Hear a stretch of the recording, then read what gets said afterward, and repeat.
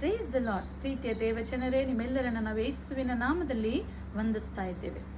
ಯೇಸುವಿನ ತ್ಯಾಗವು ನಿನ್ನ ಬೆಲೆಯನ್ನ ಹೆಚ್ಚಿಸಿತು. ಯೇಸುವಿನ ರಕ್ತವು ನನ್ನ ಪಾಪವನ್ನ ಅಳಿಸಿ ನನ್ನನ್ನು ಶುದ್ಧಿ ಮಾಡಿತು. ಯೇಸುವಿನ ಶಾಂತವಾದ ಮನಸ್ಸು ನಮ್ಮ ಹೃದಯವನ್ನ ಗೆದ್ದಿತ್ತು. ಯೇಸುವಿನ ಪ್ರೀತಿ ನಿನ್ನ ಗಾಯವನ್ನ ವಾಸಿ ಮಾಡಿತ್ತಲ್ವಾ? ನಾವು ಹೌದು, ನಿಜವಾಗಿ ಯೇಸುವನ ಕುರಿತಾಗಿ ನಾವು ಧ್ಯಾನ ಮಾಡ್ತಾ ಇದ್ದೇವೆ. ಏಸಪ್ಪ ನನಗಾಗಿ ನಿನಗಾಗಿ ಈ ಲೋಕದಲ್ಲಿ ಎಷ್ಟೆಲ್ಲ ಶ್ರಮೆಯನ್ನ ಅನುಭವಿಸಿದರು ಎಂಬುದಾಗಿ ಒಂದು ವಾಕ್ಯವನ್ನ ನಾವು ಓದಿಕೊಳ್ಳೋಣ. ಮತ್ತಾಯನು ಬರೆದ ಸುವಾರ್ತೆ 27ನೇ ಅಧ್ಯಾಯ 28-29 ವಚನಗಳನ್ನು ಓದಿಕೊಳ್ಳೋಣ. ಆತನ ಬಟ್ಟೆಗಳನ್ನು ತೆಗೆದುಹಾಕಿ ಕೆಂಪು ಒಳ್ಳಿಯನ್ನು ಹೊದಿಸಿ ಮುಳ್ಳು ಬಳ್ಳಿಯಿಂದ ಕಿರೀಟವನ್ನು ಹೆಣೆದು ಆತನ ತಲೆಯ ಮೇಲೆ ಇಟ್ಟು ಬಲಗೈಯಲ್ಲಿ ಬೆತ್ತವನ್ನು ಕೊಟ್ಟು ಆತನ ಮುಂದೆ ಮೊಣಕಾಲೂರಿ, ಯಹೂದ್ಯರ ಅರಸನೇ ನಿನಗೆ ನಮಸ್ಕಾರ ಎಂದು ಆತನನ್ನು ಪರಿಹಾಸ್ಯ ಮಾಡಿದರು.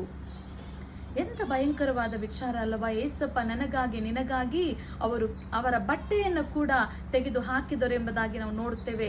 ಯೇಸು ಸ್ವಾಮಿ ನನಗಾಗಿ ನಿನಗಾಗಿ ಮಹಿಮಾ ವಸ್ತ್ರವನ್ನ ಹೊದಿಸಬೇಕೆಂಬುದಾಗಿ ಅವರು ಆ ದಿನ ಬಟ್ಟೆಯನ್ನು ತೆಗೆದಿದ್ದಾಗಲೂ ಕೂಡ ಮೌನವಾಗಿದ್ದರು. ಮಗುವೆ, ಹೌದು, ಏಸಪ್ಪ ಮಾಡಿದ ಪ್ರತಿಯೊಂದು ತ್ಯಾಗವೂ ಕೂಡ ಅದರ ಹಿಂದೆ ದೊಡ್ಡ ಒಂದು ರಹಸ್ಯವು ಅಡಕವಾಗಿದೆ.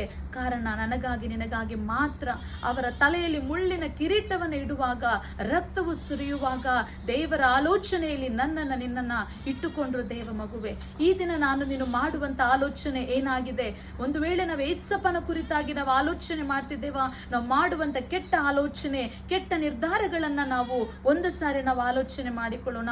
ಆ ದಿನ ಏಸಪ್ಪ ನನಗಾಗಿ ನಿನಗಾಗಿ ಮುಳ್ಳಿನ ಕಿರೀಟವನ್ನ ಧರಿಸಿಕೊಂಡ್ರು, ಪರಿಹಾಸ್ಯಕ್ಕೆ ಒಳಗಾದರು. ಅವರು ಪ್ರತಿಯೊಂದು ಹಾದು ಹೋದಂತ ಹಾದಿಗಳಲ್ಲಿ ದೊಡ್ಡ ಹಿಂಸೆಯು ಅಡಕವಾಗಿತ್ತು. ಮಗುವೆ, ಈ 40 ದಿನಗಳಲ್ಲಿ ನಾವು ಧ್ಯಾನ ಮಾಡ್ತಿದ್ದೇವೆ. ಭಯಂಕರವಾದ ಹಿಂಸೆಗಳಲ್ಲಿ ಏಸಪ್ಪ ಹಾದು ಹೋದ್ರು ಎಂಬುದಾಗಿ ನಾವು ನೆನಪು ಮಾಡಿಕೊಳ್ಳೋಣ. ಈ ದಿನವಿಡೀ ಯೇಸುವೆ ನನಗೆ ಒಳ್ಳೆತನ ಮಾಡ್ಲಿಕ್ಕಾಗಿ ನೀನು ಆ ದಿನ ತ್ಯಾಗಿ ಆದಿಯಲ್ಲಪ್ಪ, ನೀನು ಆ ದಿನ ಪಾಪಿ ಆದಿಯಲ್ಲಪ್ಪ, ನೀನು ಆ ದಿನ ಮೌನವಾಗಿದ್ದೆ ಅಲ್ಲಪ್ಪ ಎಂಬುದಾಗಿ ನಾವು ಏಸಪ್ಪಗೆ ನಾವು ಥ್ಯಾಂಕ್ಸ್ ಹೇಳೋಣವ. ಈ ದಿನ ನಾನು ನೀನು ಚೆನ್ನಾಗಿ ನಿಶ್ಚಿಂತೆಯಿಂದ ಜೀವಿಸ್ತಾ ಇದ್ದೇವೆ. ಕಾರಣ ಏನು ಗೊತ್ತಾ? ಯೇಸು ಸ್ವಾಮಿ ನನಗಾಗಿ ನಿನಗಾಗಿ ಮಾಡಿದ ಆ ಶಿಲುಬೆ ಮೇಲೆ ತ್ಯಾಗ. ಮಗುವೆ, ಒಂದು ವೇಳೆ ಏಸಪ್ಪ ಯಾವ ತ್ಯಾಗ ಮಾಡದೆ ಹೋದ ಪಕ್ಷದಲ್ಲಿ ಈ ದಿನ ನಾವು ಸ್ವತಂತ್ರರಾಗಿ ಜೀವಿಸಲಿಕ್ಕೆ ಸಾಧ್ಯವಾಗುತ್ತಿರಲಿಲ್ಲ. ನಾವು ಏಸಪ್ಪಗೆ ನಾವು ಥ್ಯಾಂಕ್ಸ್ ಹೇಳೋಣವ. ಒಂದು ಚಿಕ್ಕ ಪ್ರಾರ್ಥನೆ ಮಾಡಿಕೊಳ್ಳೋಣ. ಪ್ರೀತಿಯುಳ್ಳ ತಂದೆಯಾದ ದೇವರೇ, ನಿಮ್ಮ ನಾಮಕ್ಕೆ ಸ್ತೋತ್ರ. ಆ ದಿನ ನನಗಾಗಿ ಅಪ್ಪ ನೀನು ಸ್ವಾಮಿ ಬಟ್ಟೆನ ತೆಗೆಯುವಾಗಲೂ ಮೌನವಾಗಿದ್ದೆ, ಮುಳ್ಳಿನ ಕಿರೀಟ ಇಡುವಾಗಲೂ ನೀನು ಮೌನವಾಗಿದ್ದೆ. ಕಾರಣ ನನಗಾಗಿ ಸ್ವಾಮಿ ನೀನು ಮಾಡಿದೆಲ್ಲ ತ್ಯಾಗಕ್ಕಾಗಿ ಸ್ತೋತ್ರ ಅಪ್ಪ. ನಾನು ನಿನ್ನನ್ನು ಆರಾಧಿಸ್ತೇವೆ, ನಿಮ್ಮನ್ನು ಸ್ತುತಿಸ್ತೇವೆ.